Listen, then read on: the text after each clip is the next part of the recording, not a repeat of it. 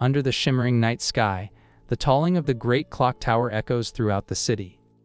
Inside its stone walls, footsteps ascend the stairs, breaking the silence of the late hour. Viven stands alone on the high balcony, her pink hair catching the moonlight as she gazes into the distance. The creak of a heavy door signals a visitor, and a familiar voice calls her name. Startled, she turns to find Lord Heartless approaching from the shadows. Her face lights up with a radiant smile as she recognizes him, greeting him warmly. Heartless, running a hand through his dark hair, seems wary as he questions her presence out so late. Together against the backdrop of the massive clock face, he begins to recount the troubling events that unfolded earlier at the imperial banquet.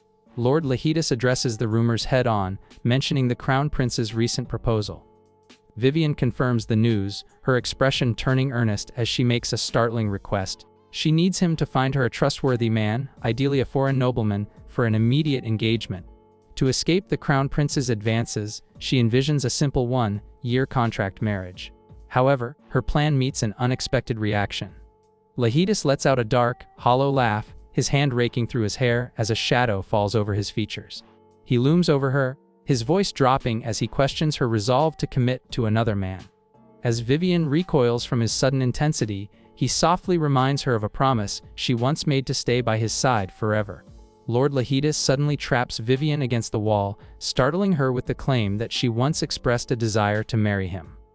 Viven is left stunned, her thoughts spiraling in disbelief as she frantically searches her memory for any such declaration. When she notices the profound hurt in his gaze, an unexpected wave of guilt washes over her, making her feel as though she has committed a grave offense. She softly denies his claim, insisting she never said such a thing. However, Heartless is lost in the past, his vision overlapping Viven's face with the memory of Alara. She is the one he truly dedicated his life to, the one who promised to return to him before they were parted by time and distance. Viven's mind races as she grapples with a shocking revelation: Lord Heartless might be Rachel, the dear friend she has missed for so long. As he towers over her, demanding an answer, his presence is overwhelming. He draws her into a tight embrace, their fingers interlacing in a way that feels hauntingly familiar. This simple gesture triggers a vivid memory of a promise made in their youth, a vow to stay by each other's side through marriage. Viven is struck by the impossibility of it all, knowing that Rachel was a girl, the supposed villainess of this world, while the man holding her now is unmistakably Lord Heartless. When he asks with intense gravity if she could ever share such intimacy with another man, her silent refusal speaks volumes. The memory of the friend she promised her forever to clashes with her current reality, leaving her trapped in the gaze of a man who seems to hold all the secrets of her forgotten past. The present uncertainty stands in stark contrast to the clarity Viven once felt 10 years ago. Back then, a severe fever cleared to reveal a staggering truth: she had been reborn into the world of a novel she once read.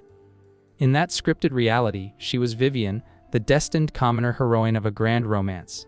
Her life was irrevocably linked to the male lead, Crown Prince Alan. To anyone else, being chosen as the protagonist of a royal love story would seem like the ultimate stroke of fortune.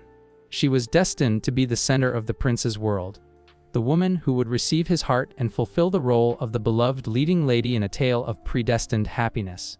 However, this grand romance is actually a tragedy in disguise. In the original narrative, the terminally ill heroine is fated to die, leaving Crown Prince Alan to live out his days in deep, inconsolable regret. The realization hits Viven like a physical blow as she discovers the truth behind her recurring fevers: she is afflicted with mana gadas. This terrifying condition causes an immense amount of mana to accumulate within her heart until it eventually explodes. Despite the grim shadow cast by this incurable disease, Viven refuses to surrender to a tragic conclusion. She finds a sliver of hope, knowing that there is one person in this world who possesses the unique ability to alleviate her condition and change the course of her destiny. Viven identifies her salvation in Rachel Edelwain, the formidable villainess of this novel's world. Rachel is far more than a simple romantic rival. She is a power-hungry final boss with her sights set firmly on the throne. Her unique nature is the mirror opposite of Viven's own, for while Viven suffers from an explosion of excess mana, Rachel's body naturally absorbs mana from her surroundings. In the original story, Vivian's pride forced her to reject Rachel's help to protect Prince Alan, but this version of Vivian has no intention of playing the martyr. She cares little for a male lead who only feels regret after her death, choosing instead to stay close to Rachel and secure the long, healthy life she truly desires. Vivian revels in the brilliance of her plan, noting that it carries the added benefit of saving Rachel from a descent into darkness. With a joyful heart, she departs for the Edelwayne ducal villa, eager to introduce herself and secure her place by the villainess's side. However, the reality of her status as a commoner soon complicates her mission. Standing before the imposing estate, she recognizes that she cannot simply walk through the front door without a proper reason. Crouching behind barrels and crates near the entrance, she observes the guards and begins to prepare the first phase of her calculated approach, determined to change her story's ending and ensure her own survival. Vivian determines that the best way forward is to befriend the estate's servants, gathering vital information about Rachel and the inner workings of the ducal family. She bides her time, waiting for the perfect moment to create a natural connection with the target of her mission. Sensing a gap in the activity, she decides it is time to move. She steps out from her hiding spot, greeting the startled staff with a bright and cheerful hello. The servants, including a porter named Thomas and a maid named Martha, stare back in confusion at the sudden appearance of the young child. Undeterred by their wary reactions, Vivian launches into a polite introduction. She presents herself with a wide smile as the daughter of Dias Hessen, the owner of Vivi Bakery in the village. Proudly announcing that she is 9 years old, Vivian explains that her curiosity about the massive estate led her to pay a visit. She offers her expertise as a local resident to any of the staff who might have questions about the surrounding village. To further win them over, she shares a beauty tip with Martha, recommending a specific toner from the village general store that promises exceptionally soft skin. Martha's interest is piqued, and she asks about the cost. Sensing her success, Vivian reveals there is currently a buy one, get one free sale. She then pivots to the interests of the men, praising the quality of the spirits served at Pierre's Inn. Silas, a nearby guard, playfully questions how she could possibly know about the quality of alcohol. Vivian explains her knowledge comes from watching the regulars, specifically a man who constantly promises to quit drinking only to be found at the bar again the following morning. Her witty observations and charming demeanor completely win over the servants and Silas, who find themselves laughing heartily at the young girl's stories. Vivian notes to herself that the atmosphere is perfect, her plan to endear herself to the staff unfolding exactly as intended. Thomas, taking an interest in her local expertise, asks the young girl if she knows where he might find some high-quality cheese to purchase the next day. Vivian responds with a confident flourish, assuring him that she knows the neighborhood inside and out and he should trust her implicitly. Thomas acknowledges her help, telling her he is counting on her assistance. With a polite bow, Vivian says her goodbyes, promising to see them again tomorrow. As she makes her way away from the estate, she feels a sense of accomplishment, believing that her efforts thus far have been more than sufficient. Though she feels a bit of regret for not being able to greet Rachel during this visit, she remains patient, reminding herself that she still has plenty of time to make contact. High up in a dark window of the estate, Rachel watches the quiet grounds as the evening continues. Vivian comes to a sudden halt, a sharp sense of being watched pulling her attention back toward the looming estate. High above, nestled in the shadows of a window, Rachel gazes down, her eyes fixed on the small figure below as she wonders who the child could possibly be. Turning quickly, Vivian's eyes widen in sheer disbelief as she catches a glimpse of the silhouette. The realization hits her like a bolt of lightning. The girl in the window is none other than Rachel, the very person she has been so desperately seeking to meet. Vivian gazes upward, her eyes widening as she spots a figure in the window. The sight of Rachel takes her breath away, leaving her momentarily frozen in admiration. She finds herself captivated by Rachel's striking, almost otherworldly beauty and her piercingly cold expression, which only adds to her mysterious aura. Snapping out of her trance, Vivian realizes she cannot let this moment pass and must greet the other girl immediately. She hurries toward the building, heart racing with anticipation. However, as she approaches the window, Rachel turns and disappears into the shadows of the room. Vivian is left staring at the empty frame, surprised by how quickly her chance to speak with her has vanished.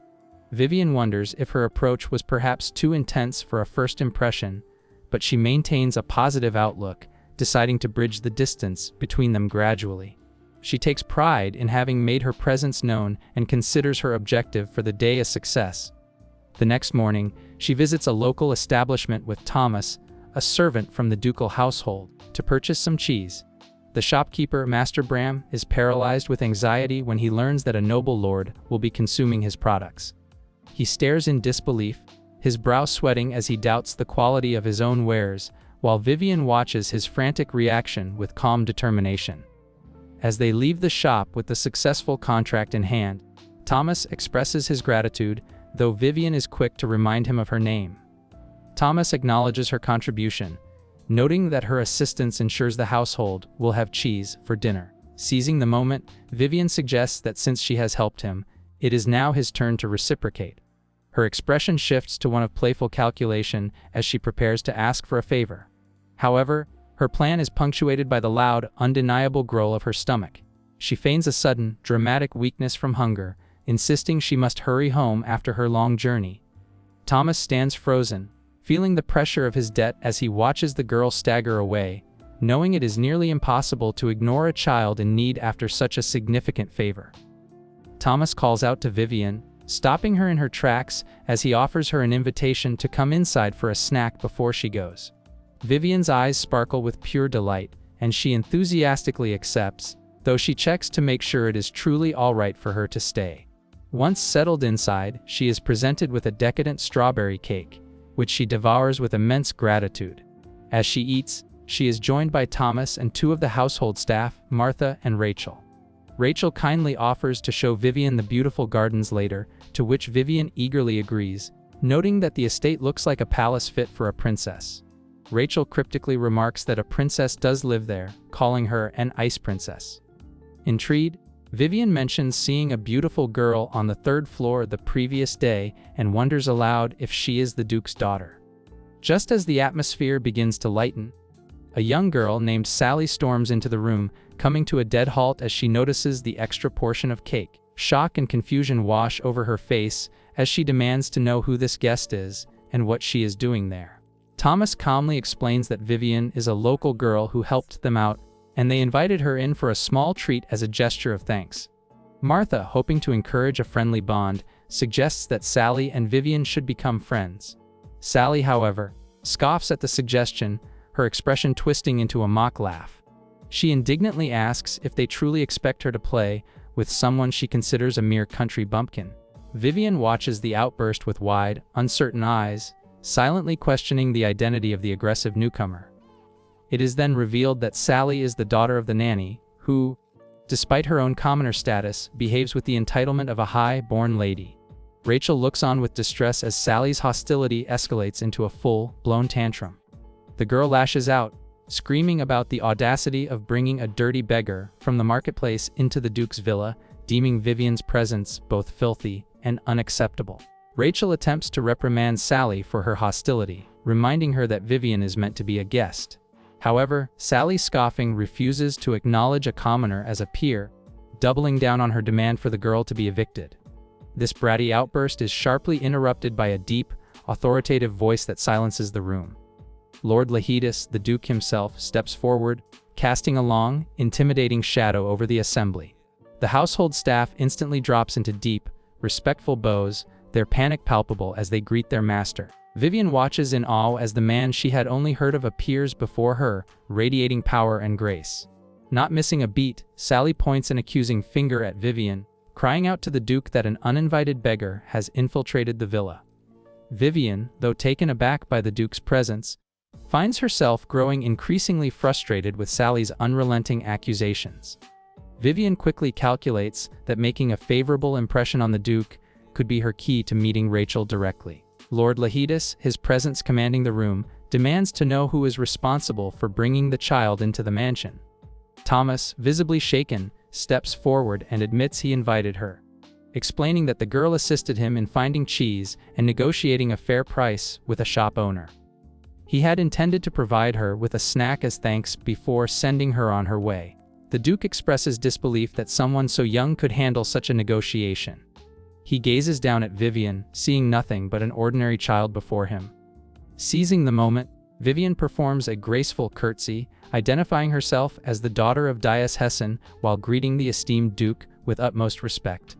She then asks if she may have a word, and with a measured look, Lord Lahidus grants her permission to speak.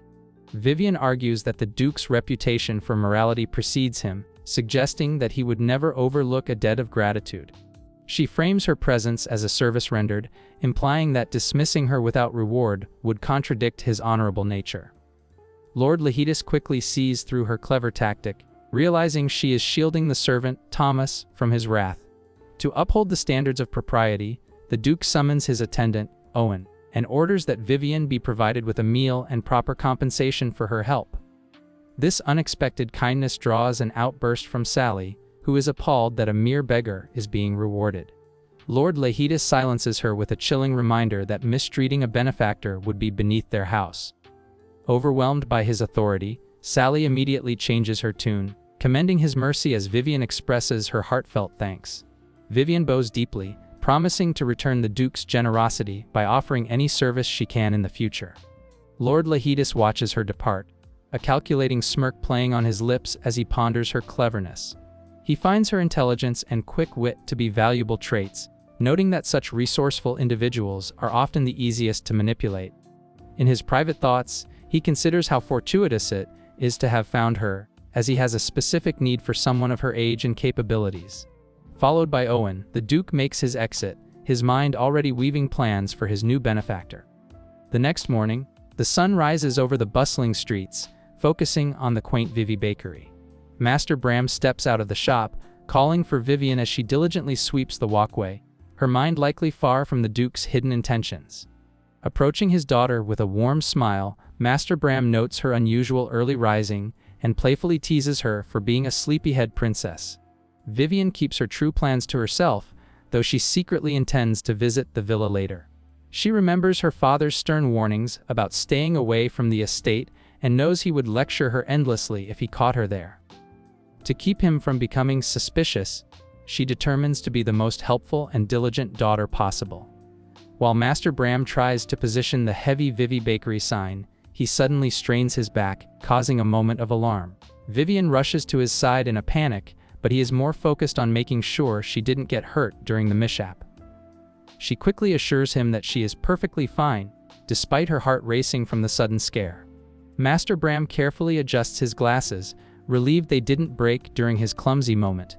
Viven watches him with a skeptical eye, questioning why he wears them at all since his eyesight is perfect and they only seem to interfere with his work. She looks at the strange, blue-tinted bread he has baked, lamenting his lack of skill in the kitchen. Despite the questionable quality of the food, customers continue to flock to the bakery for a different reason. Lauren and Corinne stop by, praising Viven for being such a devoted daughter and helping her father so diligently. Master Bram greets the ladies with a dazzling smile that instantly charms them, proving that his good looks are the shop's true attraction. Viven realizes that if he simply stopped wearing those glasses, business would likely double.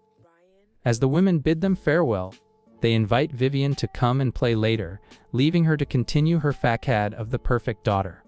Master Bram suggests to Viven that it is time they begin welcoming customers for the day. Viven responds with a cheerful shout, fully committing to her role as the perfect daughter. Their routine is suddenly interrupted by the sound of approaching horses as a grand carriage pulls up and comes to a halt directly in front of their small bakery. While Master Bram looks on with confusion, a driver named Gregor steadies the team. Vivian's expression shifts from surprise to shock as she catches sight of the crest emblazoned on the carriage's side. She instantly recognizes the insignia of the Edelweiss ducal house, a powerful and unexpected presence in their modest neighborhood. Viven stops in her tracks, her eyes widening in disbelief as she recognizes the intricate emblem on the side of the approaching carriage. It is the crest of the Edelweiss ducal house, a symbol of high nobility that feels entirely out of place in her everyday world. The carriage halts, and a man in a formal, tailored suit steps out with refined elegance. Vivian's heart sinks as she identifies him as the butler who accompanied the Duke during their encounter only the day before. The butler, Julian, approaches and offers a polite, formal greeting. Caught off guard, Viven responds with a hesitant, stammering hello, her mind racing for an explanation. Standing beside her, Thomas watches the exchange with mounting suspicion. His protective instincts flare as he places a hand on Vivian's shoulder, his expression hardening into one of intense scrutiny. He demands to know how a servant of a ducal house is acquainted with her, his dark aura contrasting with Vivian's visible panic as she struggles to avoid his piercing gaze. Viven lets out a startled cry, her nerves frayed by the palpable tension radiating from Thomas. In a desperate attempt to lighten the suffocating atmosphere, she forces a bright, nervous smile and asks if the butler has come to the bakery to purchase bread. Owen remains unflappable, gently explaining that his visit concerns a far more serious matter. He stands with impeccable posture, formally introducing himself as the butler of the prestigious Edelweiss ducal house. Addressing Thomas directly, he inquires if he is speaking to Vivian's father, Dias Hessen. Thomas confirms his identity with a stern nod, his suspicion lingering. Without further delay, Owen reveals the Duke's true intent, a formal request for Viven to serve as the companion and playmate for the young lady of the Edelweiss estate. The gravity of the offer leaves Thomas in a state of quiet contemplation, while Viven can only stare back in stunned silence, her mind reeling from the sudden turn of events. Vivian's eyes shimmer with unbridled joy as she realizes she has hit the jackpot. Owen explains that the Duke himself took note of her potential during their meeting the previous day. Thomas, however, radiates a menacing aura, his eyes narrowing with deep suspicion as he processes the news. Viven trembles under her father's intense gaze, fearing he might snap. Undaunted, Owen continues, detailing how Viven would receive a premier education alongside the young lady, with all her needs fully supported by the prestige of the Edelweiss name. Believing these conditions are far too good to pass up, Viven clings to her father, certain he will accept.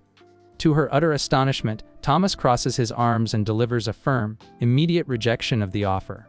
Viven can only gasp in shock, her world turning upside down at her father's sudden and resolute refusal. Thomas maintains a polite but chilly demeanor as he explains to Owen that Viven is far from ready for such a position. He claims there is still much he hasn't taught her, rendering her inadequate to serve as a playmate for a young lady of status. Vivian's heart sinks as she watches the golden opportunity slip away. Desperate, she clings to her father's apron, pleading with him to reconsider and listen to reason. However, Thomas remains unmoved by her distress. He firmly leads her away from the scene, his silence heavy with unspoken disappointment. Once they are further away, Thomas turns his gaze back to his daughter, sternly questioning why she sought out such a meeting in the first place. Viven looks up at him, her eyes wide with lingering hope, only to realize that her usual charms and pleading won't be enough to sway her father's iron resolve this time. Viven explains that she was merely curious about the ducal villa's appearance, admitting she stumbled upon the Duke while attempting to look in from the outside. Thomas is unimpressed and informs her that he will handle any further contact with the butler, strictly ordering her never to return to the ducal grounds. Viven protests fiercely, insisting that she absolutely must go back there. When Thomas demands a reason, Viven realizes she cannot disclose the truth about the original story or Rachel's health. In a desperate bid to convince him, she claims that her desire to return is fueled by a need to find a cure for her own illness. Thomas is left speechless, his stern expression giving way to profound shock as he processes her unexpected declaration. Thomas is suddenly gripped by panic, his voice cracking as he asks if Viven has been hiding her pain from him all this time. He desperately searches her face for the truth, wondering why she is only mentioning this now. Viven stays calm, reaching out to grasp his hands and urging him to breathe. She clarifies that she isn't in immediate danger, but desperately wants to find a cure so she can share a long, healthy life with him. She reasons that a man of the Duke's stature would certainly have access to the Empire's most elite doctors and sorcerers. If she asks for his help, she believes he might actually provide the solution they need. Thomas remains silent for a long moment, the weight of her request and the fear for her life clearly visible in his eyes. Eventually, his resistance crumbles, and he softly agrees to her plan. He pulls her into a warm, protective embrace, the golden light around them highlighting his renewed determination to save his daughter. Vivian's joy is absolute as she flings her arms around her father, her voice ringing out with a cheerful thank you. The following day, the scene shifts to a majestic estate bathed in sunlight. Inside a magnificent, glass-walled conservatory, Viven waits at a small table. Silas, the estate's attentive butler, welcomes her warmly as he pours tea, promising that Rachel will join her in just a moment. Viven responds with a spirited affirmative, her excitement bubbling over. Once Silas departs, she takes a deep breath, mindful that this is her first formal meeting with Rachel. Eager to leave a lasting impression, she meticulously smooths the folds of her dress and fusses over her appearance, determined to look her absolute best. The sound of footsteps approaching causes Viven to whirl around in her seat, a hopeful smile lighting up her face as she assumes Rachel has finally arrived. However, her joyful expression falters when an indignant young girl with chestnut hair, identified as Sally, storms into the conservatory. Sally's presence is far from welcoming as she demands to know how Viven managed to gain entry again. Recovering her composure with a playful, knowing glint in her eyes, Viven cheerfully announces that she has been brought in to serve as the young lady's playmate. She extends a warm greeting, expressing how much she looks forward to their time together. This news only fuels Sally's outrage. She scoffs at the idea of someone like Viven being chosen and loudly questions who would dare allow such a thing without the explicit permission of her mother. Viven counters Sally's outburst with a sharp retort, questioning if His Grace also requires her mother's permission for his decisions. The mere mention of high authority leaves Sally momentarily stunned and speechless. Seizing the upper hand, Viven leans in with a confident, almost mischievous smirk, daring Sally to go ahead and report back to her mother. She suggests Sally describe her exactly as she sees her. A beggar brought from the marketplace by His Grace to be the young lady's companion. Sally's face flushes with indignation, her small frame trembling as she struggles to contain her mounting rage. Lacking a clever response, she storms off with a final, bitter warning. Viven watches her go, playfully sticking her tongue out in a childish gesture of victory. However, as time passes in the quiet conservatory, her triumph is short-lived. She remains alone at the table, her initial confidence slowly replaced by a gnawing anxiety. Rachel has not appeared, and the prolonged isolation begins to take its toll. A sudden, intense physical distress grips Viven. Her heart pounds erratically against her ribs, and she hunches over in her chair, a look of pain and worry clouding her face as she prays for Rachel to finally arrive. The mana excess symptoms flare up with a terrifying intensity, an internal pressure so great that Viven feels as though her heart might truly burst within her chest. Gasping and huffing for air, she collapses in her chair, the physical agony accompanied by a desperate, mounting dread. She knows she cannot be discovered in this state. The fear of being rejected as a sickly playmate is far more potent than the pain racking her body. Driven by a primal need for secrecy, she forces herself to stand, her movements clumsy and frantic as she stumbles across the room. Her vision swims as she makes a desperate break for the exit, needing to find a place to hide until the mana settles. Reaching the gate, her strength finally deserts her and she begins to collapse, only to be caught by Leela, a startled maid who has just arrived. Viven falls into the steady arms of her rescuer, her breath coming in ragged hitches as she struggles against the overwhelming physical pain. Overcome with embarrassment and the desperate fear of being seen in such a vulnerable state, she begins to stammer an apology, her words fragmented and barely audible as she tries to regain her composure. However, as she looks up, her eyes meet a calm and steady gaze that momentarily stills her panic. The realization washes over her as she recognizes the girl before her. It is Rachel. Maintaining a composed and respectful posture, Rachel greets Viven as her lady. With a gentle yet firm presence, she introduces herself, explaining that starting today, she has arrived to serve as Viven's official playmate. Rachel remains composed, her focus entirely on her book while she maintains a cold, distant demeanor. Viven observes her, pondering if it is her inevitable fate to be loathed by the heroine. However, a sudden realization halts her train of thought. She recalls the agonizing pain that had just recently plagued her and notices with a start that it has completely vanished. Typically, even when a flare-up subsides, a dull ache persists, but now there is no trace of discomfort left. It occurs to her that the relief came instantly upon touching Rachel. Overwhelmed by the speed and effectiveness of this healing, Viven's expression shifts to one of pure amazement. She decides that having Rachel by her side is essential. With a beaming smile and a heart full of hope, Vivian resolves to become Rachel's best friend. Vivian beams with newfound determination, her heart overflowing as she confesses her genuine affection for Rachel. Clasping her hands together amidst a flurry of blooming roses, she promises to dedicate herself to Rachel's happiness from this moment on. However, her warmth is met with a chilling silence that quickly turns to rejection. Rachel halts, her expression hardening into a mask of cold indifference.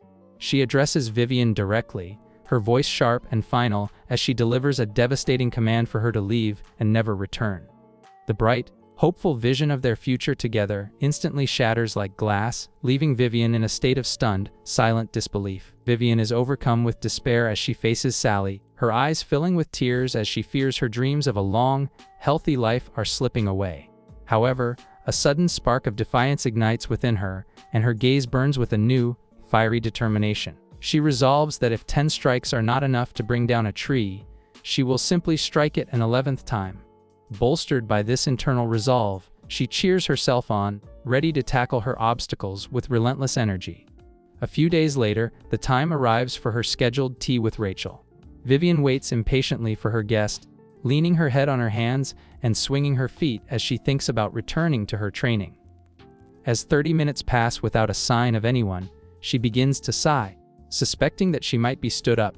She recalls Rachel's cold command to never return, and the memory leaves her feeling dejected and slumped over the table. Suddenly, the door creaks open, and Vivian's eyes light up with joy as she jumps to her feet. Certain that her visitor has finally arrived, she begins a formal greeting with a polite bow.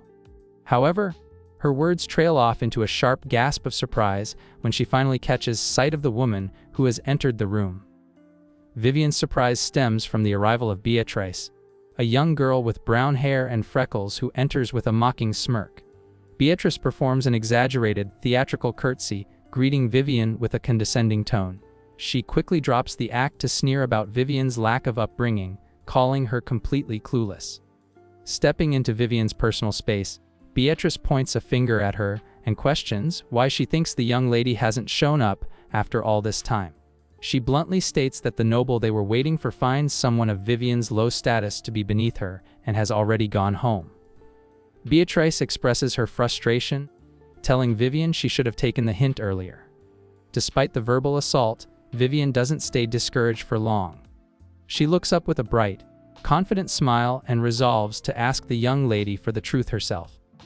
Vivian questions the validity of Beatrice's claims, suggesting that while she would leave if the story were true, there is a chance it is all a lie.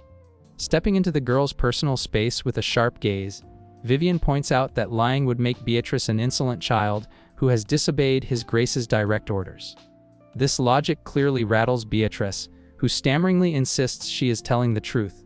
Seeing the hesitation, Vivian decides they should go check the situation directly. Without waiting for a response, Vivian breaks into a sudden sprint toward the mansion. A panicked Beatrice chases after her, shouting for her to stop, but Vivian is resolute. She refuses to back down, racing through the garden and into the estate to uncover the truth for herself. Vivian enters the mansion, her heart set on a singular goal, finding Rachel. She stops short at the top of the stairs when she sees the girl standing there, wide-eyed and startled by the sudden intrusion. Beatrice soon arrives, breathless from her chase, and immediately points toward Vivian with an air of annoyance. She explains to Rachel that she tried to send the girl home, but Vivian stubbornly insisted on this meeting. Standing tall and radiating an icy resolve, Vivian stares back at them, demanding to know why they are lingering here. Rachel feels the weight of the situation, noticing Beatrice's triumphant expression, but she silently resolves that she won't give up just yet, having a counter plan of her own ready. Vivian maintains her composure, admitting she understands that Rachel might find their usual tea time tedious. She offers a more exciting alternative, a tour of the village beyond the mansion's walls.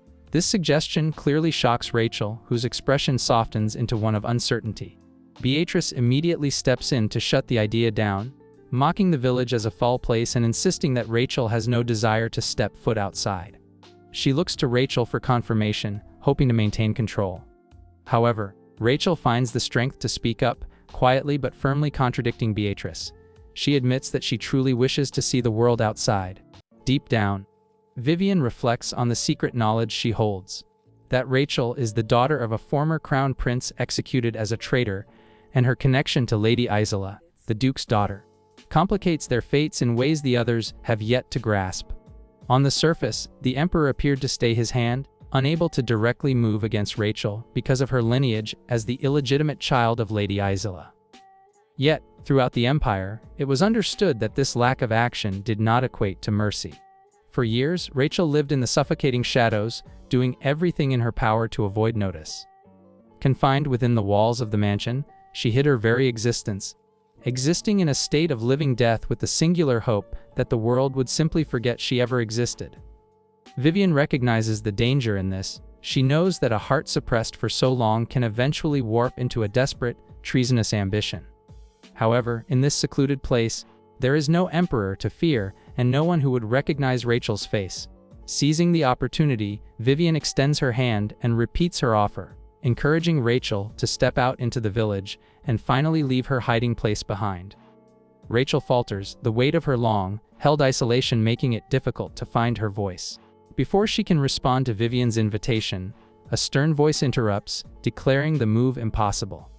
Sally's face lights up as she greets her mother, but Vivian quickly realizes this newcomer is more than just a villager's parent. The woman is revealed to be Margaret Hates, Rachel's nanny, who moves with a practiced air of authority. Asserting control, Margaret informs Vivian that Rachel already has other plans for the day, stepping in to physically anchor the young lady to her side. Rachel remains silent and somber under her nanny's grip, her eyes downcast. Undeterred, Vivian challenges Margaret's interference, pointedly asking if the nanny intends to listen to Rachel's own desires, or if she will continue to decide her fate without a second thought. Vivian points out that they still have time before tea and suggests they head out immediately. Margaret Hates responds with a thinly veiled sneer, insisting that such a trip would be impossible and patronizingly questioning Vivian's understanding of the situation. Undeterred, Vivian brightly counters by suggesting they simply ask for His Grace's permission. The suggestion visibly agitates Margaret, who sharply reminds Vivian that she is the one in charge of Rachel's education and that her decisions carry the weight of the Duke's own will. Their heated exchange is cut short when Lord Lahitis appears at the foot of the stairs. His cold voice rings through the hall as he asks if he has ever once forbidden the child from leaving the estate. Standing beside him, his butler, Jarvis, looks on in shock as the Duke directly contradicts the nanny's strict orders. Margaret Hates quickly shifts her tone, stammering that her only concern is for the young lady's well-being. Lord Lahitis remains unmoved, dryly noting that if her safety is truly the issue, she should simply double the guard. His gaze turns toward a quiet, hesitant Rachel, and he gives her his direct permission to go, with the only condition being that she returns before the sun sets. The shock on the nanny's face is palpable as she tries to interject once more, desperately mentioning the etiquette lessons scheduled for the afternoon. Without missing a beat, the Duke asks if those cannot simply be pushed to tomorrow, effectively silencing her. He then addresses Owen, ordering him to have a carriage prepared for their departure at once. Standing on the sidelines, Vivian is starstruck, completely mesmerized by the effortless way the Duke commands respect and overrules every obstacle in their path. Vivian observes the calculating looks from Sally and Margaret Hates, realizing they are both eager to see her gone. Refusing to be intimidated, she decides to take a precarious gamble and walk the metaphorical tightrope. She bursts into a run up the stairs, calling out to Lord Lahitis with surprising fervor. Upon reaching him, she offers a profound bow, explaining that she wished to greet him properly but didn't want to intrude while he was busy. When the Duke dryly remarks that they have already met, Vivian quickly pivots, clarifying that this is their first formal introduction in her capacity as Rachel's playmate. She mentions her father's lessons on the importance of introducing oneself clearly when visiting a friend's home for the first time. Lord Lahitis remains silent, his expression unreadable as he looks down at her. Finally, with a bright and hopeful expression, Vivian asks the Duke if she might have the honor of dining with him that evening. Sally abruptly seizes Vivian, her face flushed with indignation as she apologizes to Lord Lahitis for the girl's supposedly unrefined behavior. She insists that a child with no proper upbringing should never have been allowed in such a high-class environment, and offers to personally handle the situation. The tension peaks until Lord Lahitis suddenly erupts into a fit of genuine, loud laughter, catching everyone off guard.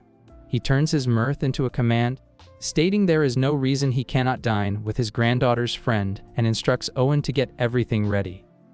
Vivian is ecstatic, her heart swelling with pride as she believes her gamble has paid off entirely, securing both a seat at the table and an outing for Rachel.